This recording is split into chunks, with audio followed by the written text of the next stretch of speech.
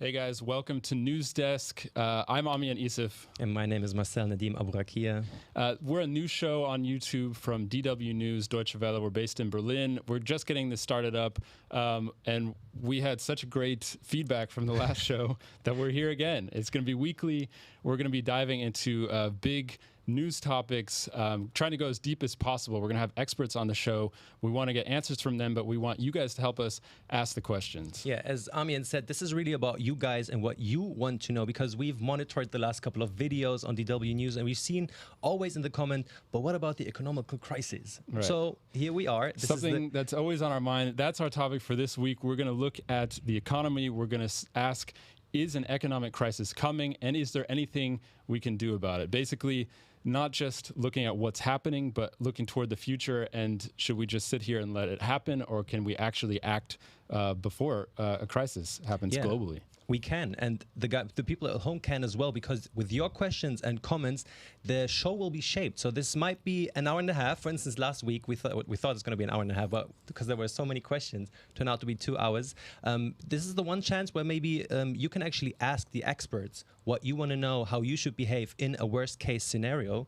And I think it's a great chance. And there's already so many people in the chat, so I want to just greet a couple of them. Alpha Wolf is one of them. Karthik is one of them. Mario Michael is one of them. So thanks for tuning in, and thanks for being so active already.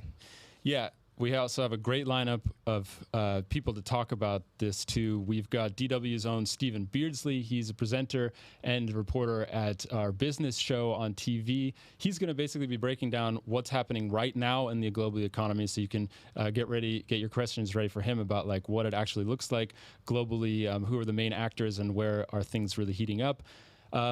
But we're not just looking at places where there might be a crisis, but also places that there currently is a crisis. Exactly. In most countries, or in many countries in the global south, it's not a future scenario to talk about economic crisis. It's already there. Right. And we're going to look at one specific country. We're not teasing which specific it is.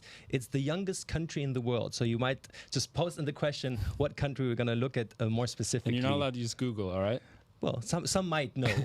Maybe someone from that country is already you actually tuning You have to use DuckDuckGo. We're also going to be, and this is something you should definitely stick around for, Mark Blythe. He's going to be the last person we talked to. He's a political economist at Brown University. He's made a name for himself with his opinions about austerity. He wrote a book about austerity from a negative perspective. He says the history of a bad idea. So that's his opinion about austerity. Just a little bit of a tease. But he's going to basically be talking to us about what he thinks governments should and shouldn't do to react to a looming economic crisis. Definitely stick around for that. And then once we've understood how the situation is around the world, we're going to play a game. You know, it's not titled a game too much. The title's name is Survival King or Prepper Clown. So one of us is the survival king and one is the prepper clown, not pointing fingers. And me and Armin, we both came up with strategies, and we want you guys to come up with strategies. In the worst case scenario, what should you do? How should you behave? Yeah. What should you do with your money? Where should you invest? Right. Because these are Sell things that we your Pokemon care cards about. Or wait. Do it now or wait? I mean, that's the question, really. Like, are they going to gain value if there's an economic crash? So ideas like this, we're going to pitch them to our experts, and they're going to tell us if you're being a survival king or a prepper clown. But it's a lot to ask of just the two of us, and also to you guys. So we have more people here in the studio who actually help us. To my left, there is Stacy. Stacy's our desk editor. She has the overview. She's also looking in the chat. She's in the comments. So if you have any questions, make sure to tag Stacy. Then we have Felix here. If anything goes wrong technically, that's the guy you can flame in the comments. And then we have Hannah here. Hannah's our news desk reporter. That's the title. And she has been monitoring the questions that came in the community tab, where we had asked to avoid a worst case scenario, what should we do? And one of the comments said, Sri Lanka needs to happen. What does that mean? Well, I can definitely understand why this is on people's minds at the moment, because Sri Lanka has been going through a lot. They have been experiencing daily power cuts. They already have food, fuel, and medicine shortages there. There have been protests since April, and their sort of economic woes stretch back even further than that to at least last year. And, you know, earlier this week, we saw scenes of people storming the offices of the president. President Rajapaksa has left the country on a military jet, and the parliament is literally voting in a new president tomorrow. I think we're going to get into this more with our expert guests in the show. The situation in Sri Lanka is something of a localized one. So the president who fled has been accused of economic mismanagement. And what we want to get into more in this show is the sort of unspoken issue in the background of the question we posed today is the war in Ukraine, because that's having effects throughout the world that nobody really foresaw when Russia invaded in February. So this is sort of why we want to look at places that are already being affected in terms of food and fuel shortages as a knock-on effect of the war. I think the situation in Sri Lanka, what are they saying? I didn't quite get that question. Are they saying this needs to happen? Do we have to have a crisis to build from the ground up? Again, I think that's something that can I offer a generous interpretation of the comment? Yeah, please do. I always try to do that on YouTube comments. I love the audience on YouTube. I usually think they're good-hearted folks. I think kind of what he was saying is what we really want to get into in this show, and the question is, what can people do about a bad situation, a bad economic situation? We talk a lot about economic crisis as just something that happens to you, like climate or weather, but it's actually governments who direct the economy. I mean, we live in a free market economy in Europe and the US. That's what we call it. But there's so much the government already does in our economy. You have the Federal Reserve that can measure inflation and decide what the interest rates are. So basically, my interpretation of the comment was like, let's go out on the streets and make sure we show the politicians that they can't get away with reaping the benefits of a crisis and then making, just leaving the country or whatever. Like, the idea is that in a metaphorical sense, we should do something about the economic crisis. That's a very liberal way of interpretation. I'm saying I'm a nice guy. I had if that was what you meant, make sure to comment. I'll get back to you in a second. And the other question that was posed in the community tab was by Flimflam, great name, that he's maybe or she is unhappy with the way we kind of tease the topic, because the comment is, why the graphic with the explosion talk about fear mongering? They're referring to the thumbnail that we had posted for the show. Yeah, and I think when we were all discussing beforehand what topic we wanted to do and how we were going to approach this, it was very much on our minds that we're looking at this against the backdrop of what's happening in Ukraine. That is a war zone. There are literal explosions happening there. I don't think we're saying this is an explosion that's going to happen near you, but you can't deny that the situation in that country is very serious, and it's having a knock-on effect on the economics around the world. So that's what that thumbnail was trying to get at. I don't think we were trying to tell people that, oh, okay, there's going to be an economic collapse and your house is going to explode. Let's hope that's not what's going to happen in the future. Let's hope none of the experts are going to predict that. But you see, this is the way it goes. These are basically the rules that we're trying to follow for the show. You guys post questions. We try to answer them as good as possible, as liberal as possible, sometimes the interpretations. And there's many comments coming in. I want to point out one specifically by Ron Dietrich.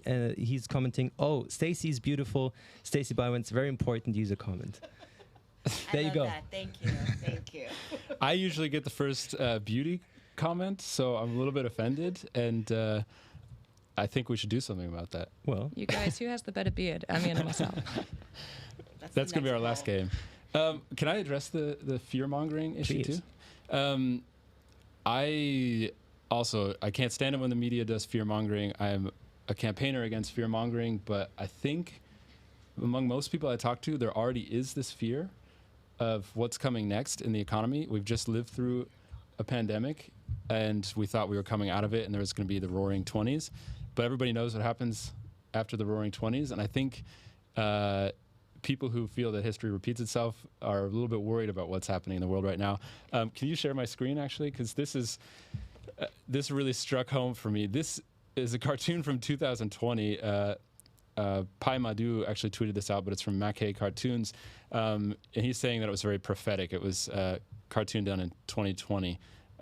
2 years later, a little village, or maybe a city, facing 4 tidal waves of crises. This is probably what Adam Tooze means when he says that there's like a poly crisis happening in the world at all times. You have COVID-19, healthcare disruption, even bigger, and this is what we're going to talk about, is a looming recession. And then to top it all off, we have climate change. So yeah, fear-mongering is definitely a thing we need to avoid, but at the same time, I have like a sick feeling in my gut sometimes when I think about like the future, and I think that's what we want to talk about here. Is there something we can do about it? Yeah, and there's many people who are living through it right now. While it's a fear for us, understandable that many in the West are still kind of looking forward. People are living through it. Right. We're going to look a bit into that later on, but I think it's important to kind of keep that global perspective, right? It's not just that one view on this thing, and it's not just, there's no real one economy. It's all linked together, and one thing influences another, like we saw in Ukraine, where one conflict led to many other crises around the world.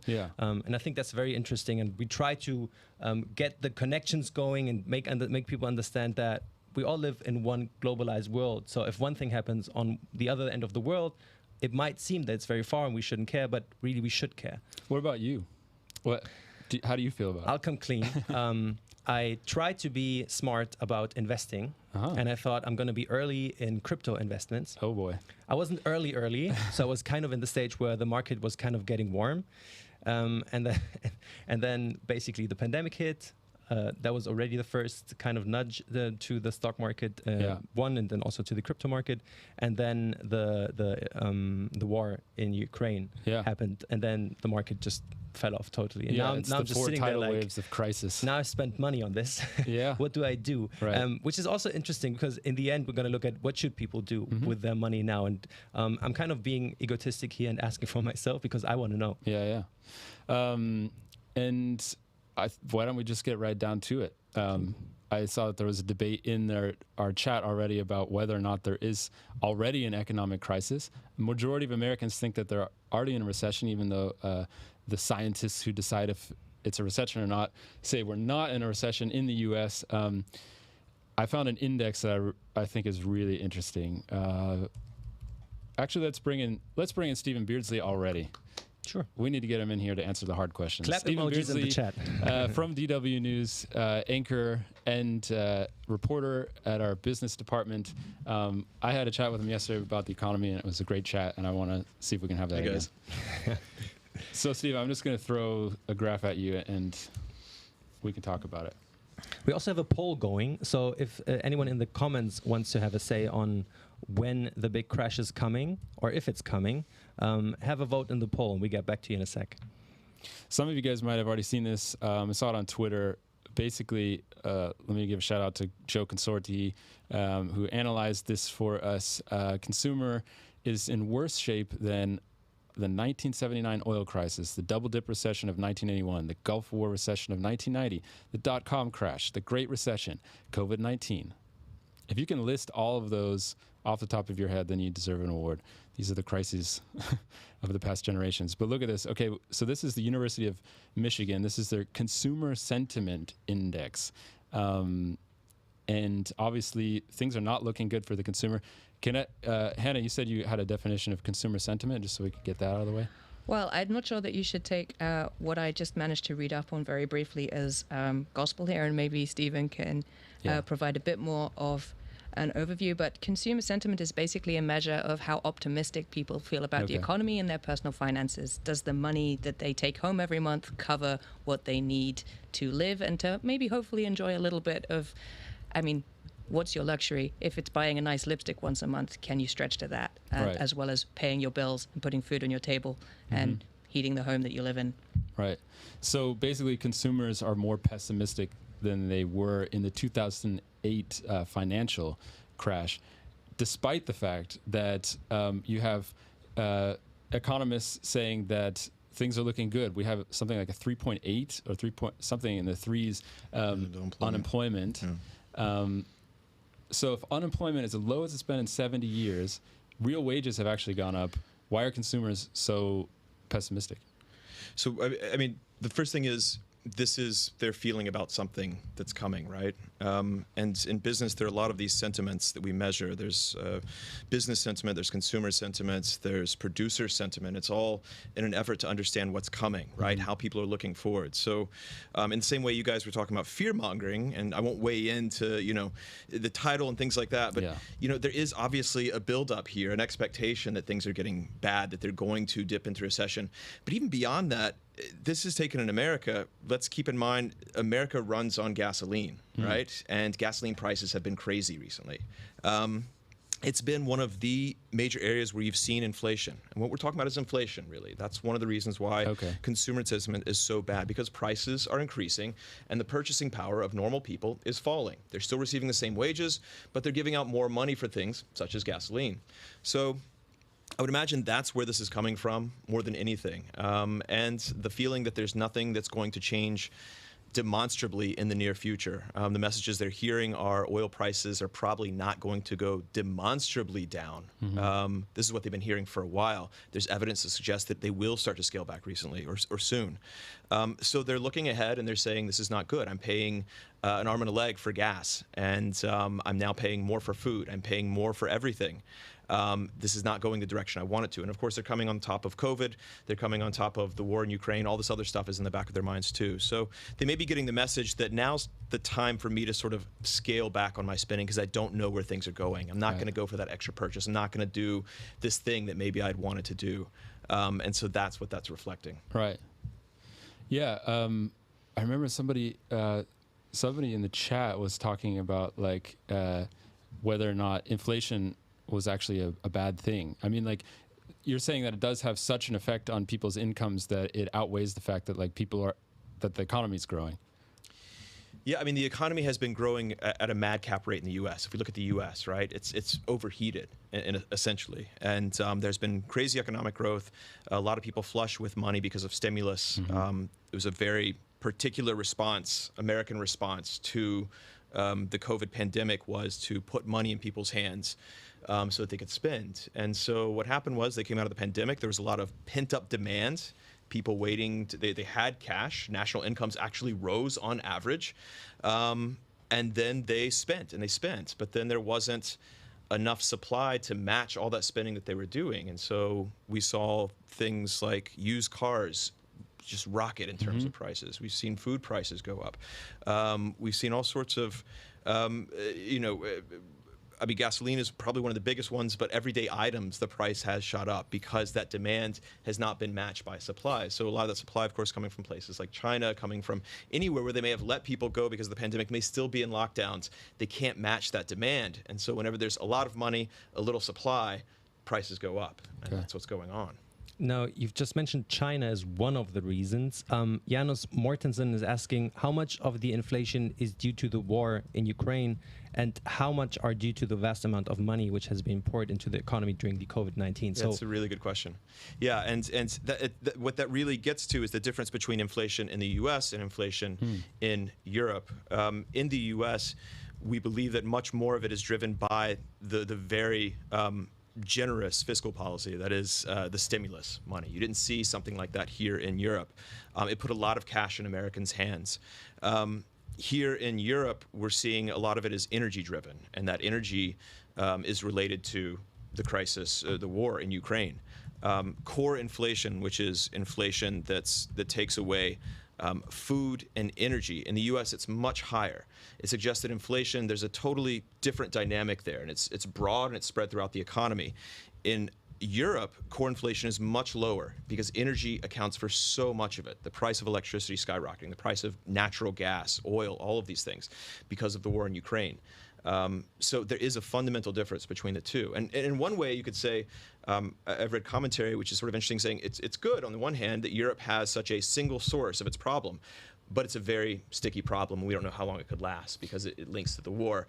In the U.S., in some ways, it's much more complicated because it is much broader. It's really across the economy right now. Can you just repeat that again? The United States gave more money to its citizens than Europe, than Germany, for example? I mean, that's hard for me to get my mind around. I live in Germany, but I'm an American citizen. I actually didn't end up applying for that money, so I didn't get it. But is that like the first time in history that I got that money. I mean, I got that money, and it was crazy amount of money. But it's like it's unheard. I mean, that doesn't usually happen. That like the United States reacts in a way that you would suspect a more social but democratic remember, these aren't Europe structural would. programs we're talking about. Europe has a system of structural programs that are meant to support employees, that are meant to support businesses. Now, across Germany, what happened when producers, because of Corona, when they had to shut down production lines? What happened?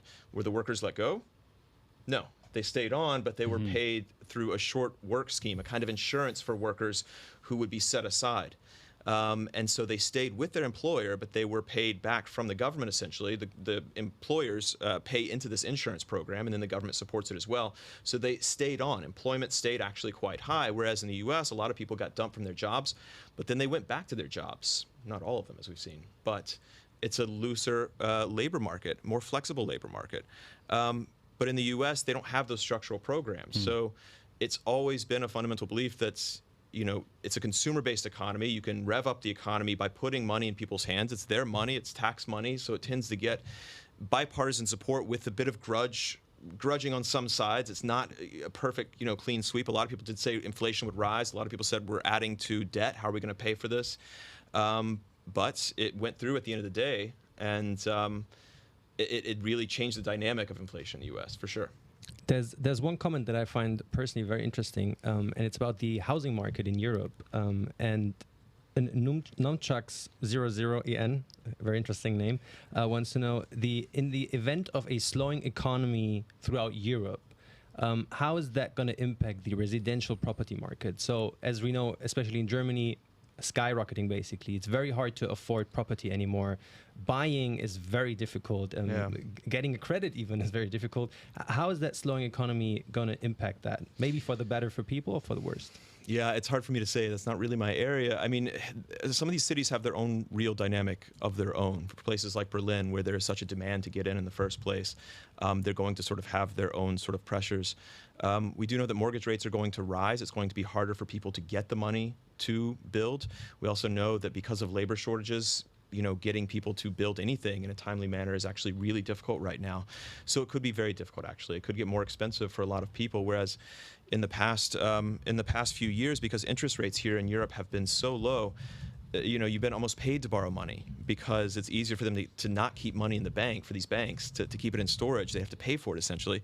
So it was much easier to borrow money than it's going to be right now. So it is tightening up a little bit in terms of what it'll do to values. It's something I can't really say. I think with rentals, you're going to see inflation play a role, and that's what we're seeing in places like New York already as well with the rental market. But so that means for the rental market, prices are increasing. They're increasing even more. Yeah, and that's also because of other things going on, including people returning to the city after the pandemic. Right. They want to come back now, and that market was already incredibly tight. Are they building? Are they expanding? Can they even do that at the pace that people are coming back? Not really. So you're seeing a lot of rents being raised, even for affordable housing, and it's really crunching into people who are now having to deal with that on top of having to pay more for their normal stuff to live on, right? Wow, not looking good for us. One question that I have is about inflation. Obviously, governments have a toolkit that they can use to react to inflation. What's happening in the U.S. right now? Yeah, I mean, what's happening right now is they're trying to cool the demand, essentially. They're saying when we have sort of this supply-demand imbalance, we'll try and cool the demand by making the cost of money more expensive. That is... The cost of money. Right. Essentially, to borrow money, you're going to have to pay more, right? We talked about interest rates being low. Well, they're raising interest rates. This is what the central bank has been doing. It's already done it 3 times. The last time was its biggest in, I can't remember how many years, but it was 3/4 of a point. That's significant. It's probably going to raise more in the future, depending on how bad the situation is. So what that does is that attempts to put a brake on economic activity. It makes it harder for individuals to borrow. It makes credit card debt more expensive. It makes mortgages more expensive. It makes it harder for businesses to borrow, more expensive at least. They're going to pay more money to get money. So that's going to put the brakes on spending is the idea, and that cools the demand side that way. That's the idea. And but obviously there's the risk of a recession, right? If you at least that's the tightrope. Yeah, exactly. Right? So, but is that a risk that the government's willing to take? Yeah, I mean, you probably saw this too. Jerome Powell, the head of the chairman of the Federal Reserve in the U.S., probably the world's most important central banker, because what that central bank does has ripple effects throughout the world. He said in some comments at in Europe not too long ago, European Central Bank Forum, he's sitting next to the head of the European Central Bank, Christine Lagarde. He said, essentially, recession is the lesser of our two concerns when it comes to inflation. Then if we need to push towards recession, we will push in that direction. Now, I'm probably butchering his exact words there, but essentially the takeaway was we're going to push it to the line to bring inflation down. Very interesting points. I think we have a poll that we had asked in the comments. You can pull it up, and then the people can see as well. The question was, do you think we're in danger of a global economic crash? Sort of more or less the question of the show as well. And the 4 answers were, yes, it's imminent. Chances are 50-50. No, there's too much fear-mongering. And 4, I have no clue. And this is how the people answered, if we can pull it up. I mean, a majority of people think the world is going down. At least economically speaking. We are in basically tomorrow. There's going to be a crash. Yes, it's imminent. What do you think, Stephen? Is that accurate? I guess I would just ask about the question. I mean, what is a global economic crash? I mean, the closest thing that we've seen in our lives has been, what happened with the recession in 2007, 2008 led to the Euro crisis years later. That was a crisis that had to do with mortgages in the U.S., an overheated mortgage market, and some really sort of shabby practices there, that a lot of stuff was leveraged on bad loans. It sort of rippled across the world. And there was a global recession, more or less, for a bit. And it was incredibly painful for some countries more than others, which is sort of what we're talking about right now. In terms of a global economic crash, it's hard for me to say. There are periods of recession. There are periods in which economies contract. They get smaller because underlying fundamentals change. And then those recessions also go away. So in terms of a crash, it's not really the word I would use. I would say, economists and people who really talk about this, even when they look at the U.S. and Europe, they say chances of recession are good 50-50 right now. We don't know, right? Because the data is so divergent. I mean, you mentioned this earlier, but employment in the U.S., that's a real head scratcher for a lot of people. Right. Employment's been crazy good. So what does that mean? Normally in a recession, businesses start shedding people. And they haven't started doing that yet. They're crazy to hire people right now. They're still going after them. Now, there is evidence that some of that might starting to be turned, but even that's according to interpretation. So there's a lot of question marks out there. Yeah, I mean, that's also happening in Europe too, right? The cover of the Spiegel from this week, that's Germany's leading news magazine. The cover of that was like, where are all our workers? Because the population is aging. Young people are in high demand, young people with skills especially, and businesses are really looking for young workers. And this also gives workers the upper hand to negotiate for higher wages, right? And so you could see something like people demanding higher wages because of inflation, and that could, in a sense, equal it out so that they don't feel the pain of inflation as much. Right, and I think your guest will probably speak to that a bit more later, because there are economists and observers of the economy who say, raising interest rates really strips workers of power because they have more say with their wages. They can start to get a greater share of income. We talk about, capital share of income, employers essentially, their share of the income they take, and the piece of pie that workers take. And in an environment such as this, when you have this hot labor market, then the idea is that labor can claw back some of these things that they may have lost, or some of this wage growth that they haven't seen in recent years. And that is a sensitive issue in the U.S., especially here in Germany, actually. It's wage growth has always been a really big issue here. What do you mean? Well, there's generally been one of the critiques of the German economic model, not to get too much into it, but it is sort of fascinating, is that it's an export economy, right? It runs a positive trade balance. And the criticism has been that it's done that because labor unions have worked closely with large companies to sort of have a kind of consensus about the things that they're asking for, the demands. You mentioned that they don't get laid off if there's a crisis, right? Because then they have this mechanism where they can just... Right, but even talking about wage growth with companies. We saw just the other day the German Chancellor Olaf Scholz, he met with some of Germany's largest labor leaders and some business leaders to talk about, okay, what's going to happen with wage growth and with requests for, wage hikes in your coming contract negotiations? Or are you going to ask for too much, was essentially the message, because there was a fear that that could sort of raise prices more. So I find it interesting that you see this kind of dialogue, between the national leaders, labor and business, talking about how can we sort of do things, or how can we sort of thread this needle. But yeah, ultimately, one of the critiques you often heard about the German economic model is, again, has to run a trade surplus, which means that they're going to press consumer sentiment down. They're going to keep wages low so that they can always win on prices, win on exports. Now, there's many community questions coming in, and we'll get back to them. But I try to summarize some of them in a little something that I've actually prepared, because that's something how the current situation has impacted my life, and it was quite simple. I went shopping today, and I He's usually doing some baking. Let's say I tried to do some baking for this show. I didn't do it because it turned out to be very expensive, and I've bought 3 goods, and we want to play a little game it's not fun, but we want to ask you the good that I'm showing. How much has the price increased percentage-wise from a year ago? Okay. And you guys in the comments, same goes for you.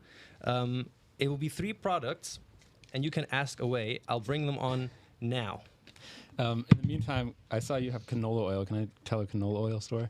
This is literally the moment where I realized that getting out of a pandemic did not mean my future was bright. I went right after... I actually went to Ukraine to report for DW. I came back and I met one of my friends for some dumplings, and the sign said like €3 for dumplings. He's like, "Oh, these are the best, cheapest dumplings in the city. We have to go there." It's like this little food truck. We got there and it was like the 3 was crossed out and there was a 5, and we were like, "What happened?" And she held up the bottle of canola oil and she was like, "The price is 5 times higher." She was, I mean, her English was a little bit broken, but she was like, "This used to be $1 and now it's $5." And she pretended it was a rocket. And then she showed me how much canola oil she had to. Yeah. It's a little story. It's just one person. When was that? That must have been in March Yeah, or that sounds about early right. April, because also it was because of hoarding. I don't think it was a bit of that, right? It was the price definitely spiked, but that was the moment where I was like, "Are you kidding me? Another crisis? I'm gonna have to pay €5 for my dumplings." It's getting more and more expensive. One of the reasons is this, for you guys seeing it at home. This is flour, regular flour, used for many goods, for bakers, bread, pancakes. We know what flour is. Good. You know what flour is? Guess how much more expensive it is today compared to last year. I want to see you guys comment. What do you think, percentage-wise? How much more expensive this has gotten? I've tried to get the Right now. I've tried to get the US numbers. Obviously, this is bought in Germany. This is from 1 year ago. The flour is not a year old. But we want to know about flour. How much more expensive has it gotten? We can have a guest around the studio as well. But I'm really, really intrigued. So what do you think, flour? I mean, I would say at this point, maybe... I think it was worse. I want to say maybe it's 20%, maybe. 20%. Maybe tell the backstory. Why has flour gotten more expensive recently? Yeah, I mean, flour really took off because it was a commodity where futures were traded, and essentially investors made bets on the future price of wheat. And they did that. They looked at Ukraine, and they looked at Russia, and the fact that the two were fighting, the fact that there were going to be mines put around a lot of the ports in the Black Sea, and they said, there's not going to be a whole lot of flour that gets out of these 2 major exporters. And Ukraine is one of the major exporters of wheat, I should say. And so the price that they were trading on went through the roof. And that was then reflected somewhat in the prices that came into the supermarket as well. It's actually gone back a bit since then. There have been some other good news. Some other countries' production has come up. There's been signs that it won't be as tight as they had feared. But it's been one of the examples of a commodity, of food that essentially went through the roof because of the war. Yeah, many of the commenters, they know at least that it went up by quite a bit. Some are a bit over what I researched. They say William, for instance, says 400%. It's not that bad. Upgrade says 400% as well. Some others could are have been at a certain point in time, you know. By the person who's guessing 1,204%, that's very precise. I mean, exact. calculating in percent is difficult. I agree. But then one of the commenters is actually very spot on. Because they said, I think I can't pull them up now. It's 15%. It's actually right now it's 14%, but it was up quite high to like 25% at some point. The U.S. Bureau of Labor Statistics research. Another thing that is very important for baking is butter. You know what butter is used for? For those of you listening, he's holding up a half-melted stick of butter. Yeah. The show is been in his over. bag all day. This is a tease for our next show about the heat wave. News. See, Buddy Pack commented, a bag of flour is like a gold bar. Not that expensive yet, but maybe butter is. It looks like a gold bar. So what do you think, butter, percentage-wise? You can have a quick guess. Doesn't have to be Yeah, I'll more. say 30%. 30%? It's actually I'd say 23%. And now, lastly, I mean, Stephen did better than I did. I was thinking 70. Canola oil. canola oil. Frying oil. Frying oil. Well, it's just, to me, oil.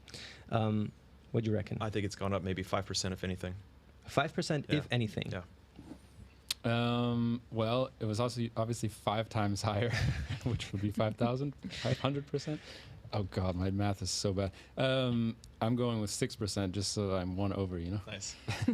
So this used to be, I remember, around €2, the way I remembered it. Yeah. And I just bought this little pack of oil for €4. Where'd you buy it? a very cheap place, Okay. actually, here. It's not, well, you know, and you saw these is signs really everywhere where it expensive said you're only allowed to buy one of those and one of those, half a liter of this and half a liter of that. And actually, the US Statistics Bureau had researched that sunflower oil over the last 2 years had increased by 150%. Imagine that, 150%. And there was a moment, I don't know about in the US, there was a moment in Germany where you couldn't get sunflower or canola oil. Well, that was the thing here too. You couldn't get it, and then suddenly it was there, and it was Yeah. almost like it was just sort of a problem with shipments because Yeah. things stopped for a moment, and so that's why I guess low as well. Because I think the last time I bought it too, I didn't notice any major price change. I thought, but now I'm going to have to look. Right? Maybe you make more money than I do. and Maybe it I'm just feels shopping at better different. places than you are too, right? Definitely one thing. But maybe talk about the backstory of how sunflower seeds and sunflower oil were also part of the Ukraine-Russia disruptions. Yeah, I mean, it's a similar thing. In this case, I'm not sure to what extent there is a commodity market on sunflower oil, but in this case, it was definitely because the Ukraine was one of the major producers of sunflower oil, and it was not just a matter of, you know, belief in what future shipments were going to come, but there was an immediate block on shipments. And so, you know, the supply chains that were there suddenly weren't there, or they were thrown into question. And so those things weren't arriving. And to Amion's point too, it's also because customers, at least here in Germany, started saying, well, if I can't be sure I'm going to get this, then I'm going to buy it up.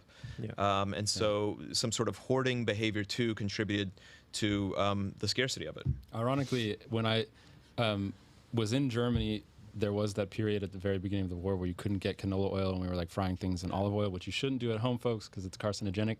But when I was in Ukraine, there was no shortage of canola oil. I think it's partly because they weren't exporting at the time. They wanted to make sure that their shelves were stocked. But at the same time, I also think it's because in Germany, people were reading the headlines that, oh, there could be in the future a canola oil shortage. So everybody ran out to the store and bought that, and maybe like a big pack of toilet paper as well. Oil just and to make toilet sure paper. they were hoarding. At least in Germany, that was a big thing. So Kian Jazz actually had predicted it quite closely. He said 138%. So he was good to my Nice. Yeah, very good. 2-year thing, which is crazy if you think about it. And the sheets that it say only 1 liter of this, well, they're still there. Yeah, for sure. So yeah, I've seen that too. That's how my life was impacted in one way. But another thing someone asked was how, especially when it comes to fuel, how the fuel market, especially long term, is going to develop. Because that was, especially in Germany, one thing that's been discussed a lot was, okay, clearly fuel prices have gone up, one for heating, but then also obviously for cars. What can people expect?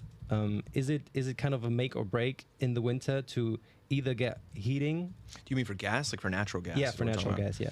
Yeah, I mean, that's probably the biggest emergency right now, or the biggest concern going on right now at this moment in Germany. Just for quick background, and you've been reporting on this in the news, and we as well in business, is that the major pipeline, the largest pipeline, single pipeline, delivering natural gas from Russia to Germany has been shut down for annual maintenance. And there is a large fear amongst Germany and other European nations that it won't be turned back on because there have been disputes with Russia over the future of gas imports. The EU and Germany have said we're only going to import until 2023. At that point, when we're good, we're going to end our relationship with Russia. And Russia, obviously fearing that it may be losing leverage, there's reason to believe that it isn't going to deliver up until a date where the EU and Germany can feel satisfied with it. And, Germany has said we want our reserves filled to 90% by the start of winter. And since in the last few months, what we've seen is Russia has dramatically scaled back deliveries so that there hasn't been as much pouring into those reserves. They've been building much more slowly, and now there's a threat that it all may be turned off. So the question here in Germany, the big question is there going to be enough, and what prices are people going to pay? And there's no way of knowing as well. Reserves are filled to 65% right now. We're not really sure what that means in the long run. On hot days like this where it's sweltering, gas is used for electricity generation as well. So there's more air conditioning on in some places that have air conditioning. And so it may actually draw down more on gas reserves through that. We just don't know. And we don't know what's coming in the future in the next few months. Now, they're buying gas in other places. There's still some deals out there to be made. There's just a lot of unclarity, but a big fear that there's going to have to be rationing, at least among industry and to some extent in households as well. They say households are the priority, but industry could get hit really hard. Right, and that is kind of why people are so nervous, right? Because everything like this, these major pipelines, these shipments of grain, this isn't just about like, oh, I can't buy grain anymore, like my flour is more expensive. It's also not just about like maybe I have to wear a coat in my house or sleep in a sleeping bag or something like that, because there's a ripple effect, right? Yeah. I mean, we talked about the fact that the pipeline is also almost directly plugged into a lot of German, not almost, it's literally the gas coming through that pipeline is going to major factories that employ thousands of people and create, important chemicals, for example. Steel, Germany, chemicals, that fertilizer. that prop up the world economy. Right. So maybe you could talk a little bit about like the ripple effect of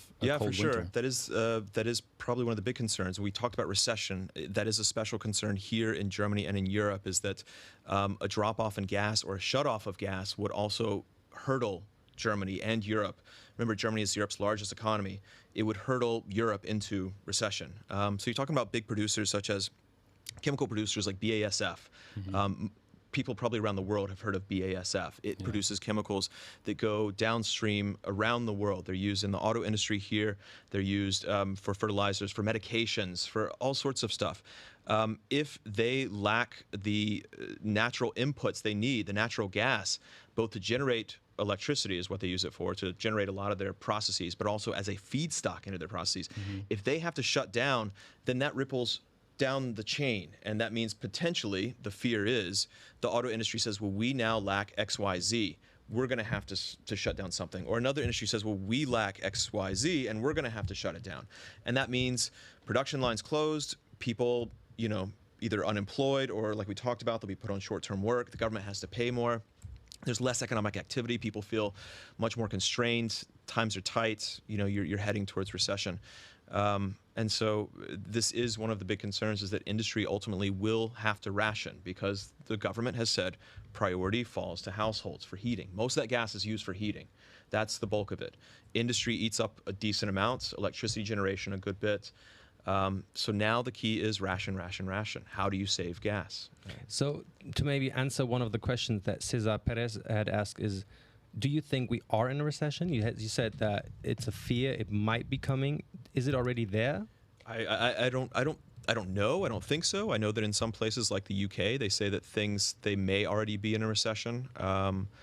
Where growth has fallen more dramatically and where inflation has really risen. I don't think there are any indicators yet in Europe. There's been signs that growth has really been trying to come back around in Europe as part of the pandemic recovery.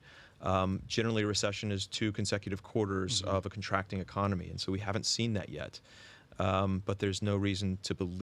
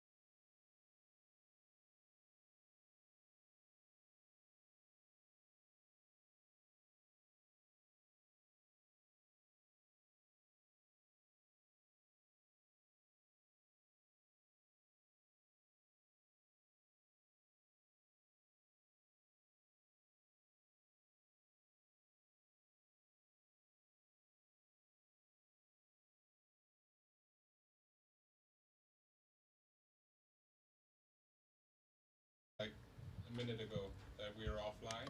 Okay. And But is it still recording, and then this could be posted later?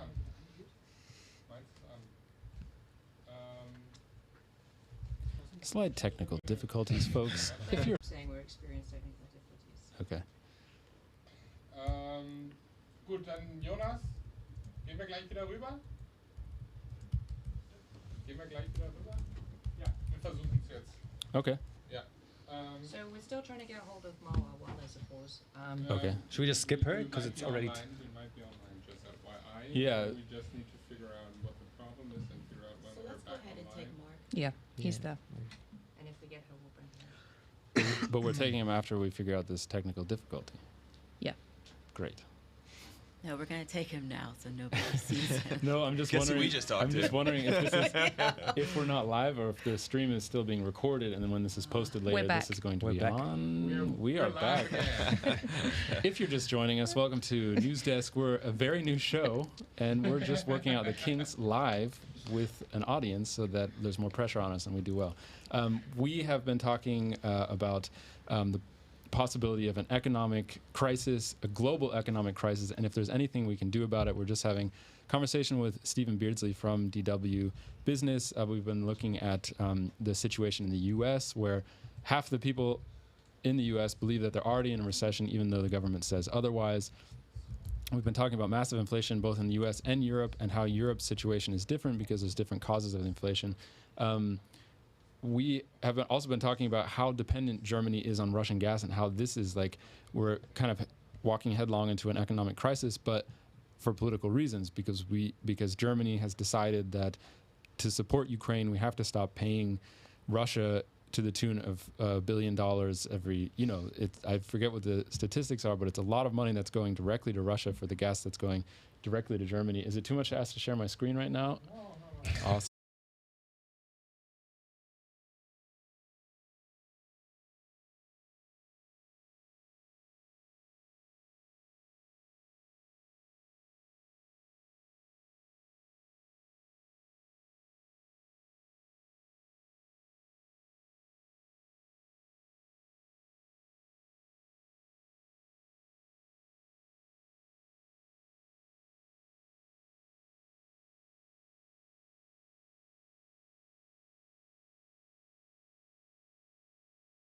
And today we're talking about a potential economic crisis. In some countries, even already a economic crisis. What you could do about things, and where the economical world is heading.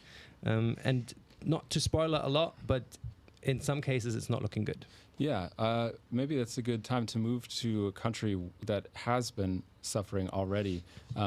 Like you said, we were talking about the possibility of a crisis, but obviously there's some countries that are in the middle of a crisis, and we have to talk about them. If we could bring on our next guest, Marwa Awad. She is spokesperson for South Sudan for the World Food Program. Do we have her, Felix? Felix is shaking his head. We see her, but there's Okay. no sound at the moment. All right. We're working on that. She's taken us into South Sudan. IT is the youngest country in the world. It's actually quite a big country with a lot of, let's say, negative history already. In the 10 years, already a war had broken down. There's economic crisis going in, a lot of famine as well. That's specifically something that Marwa obviously would go into. And it's obviously just one example of a country in the global south that's been going through crisis. Lebanon is another one, where ever since 2019, basically, things have been looking, not the best. Turkey, another one. And I think it's interesting to kind of try to make that comparison and also show the dynamics of how does a war in Ukraine affect a country like South Sudan, which is, on a paper quite far away. Maybe if you could just brief us basically on the grain crisis, how that's affecting especially countries in Africa that are very dependent on this source. I think for a lot of countries in Africa, sub-Saharan Africa, the Balkans also, parts of the Middle East have been more exposed to a lot of the problems coming out of Ukraine and Russia. the UN actually recently released a report saying that in the 4 months since the war began, 71 million people around the world have been thrust into poverty. And when you look at the corona pandemic as a whole, I believe it was something like 180 million thrust into poverty. But that was over a period of, I think when they had taken that figure, 18 months or something. This is only 4 months. And so they said the rate at which people are being put into poverty is incredible, actually, when you look at it. And that's why it's even more urgent that solutions be found.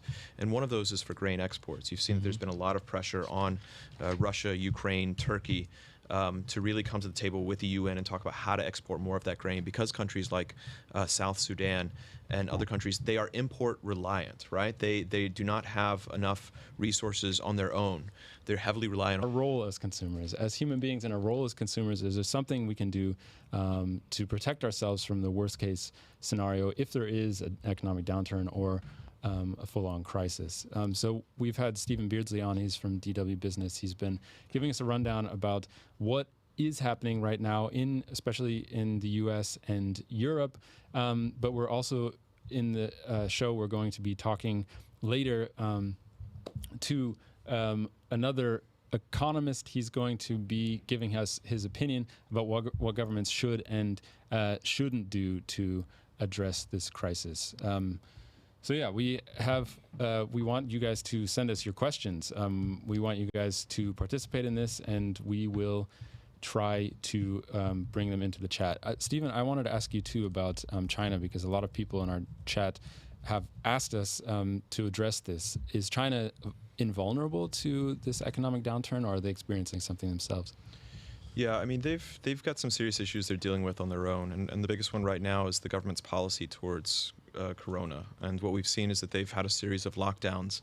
I believe there's still dozens of lockdowns in place, actually, but they had Shanghai, the world's largest port, in lockdown for more than a month, and that really created ripple effects across the economy, the global economy, but also the domestic economy. So domestic demand just plummeted. There's unemployment issues there. And this falls on top of some bigger issues with tech companies, for example, have been experiencing a lot more crackdowns from the government. So there's been some real sort of dampeners on sentiment in China in the first place. It's a country that's wanted to increase consumption, but because of these lockdowns, these dramatic lockdowns, they're actually seeing consumption just fall through the floor. And then on top of that, they're not able to provide a lot of the supply that other parts of the nation, other parts of the world, frankly, need. So this lockdown policy is really falling under a lot of scrutiny. There's a fear that if there's a new variant there, that it could be another problem for them. It's quite incredible if we talk about China in that moment, because I saw on Twitter, I think, a radar, a ship radar of the port, of one of the big ports, and it basically showed how the traffic lines into the port have it's incredible how many ships there actually are in the sea just outside the port waiting to get into the port to offload and get their stuff. And if you we need to pull it up later maybe, but it's incredible to see how much actually It's a great visualization. Exactly, we are dependent on China as well for the rest of the world. One of the examples I saw in the research is the USB adapters. It's so difficult for people to buy USB adapters now because most of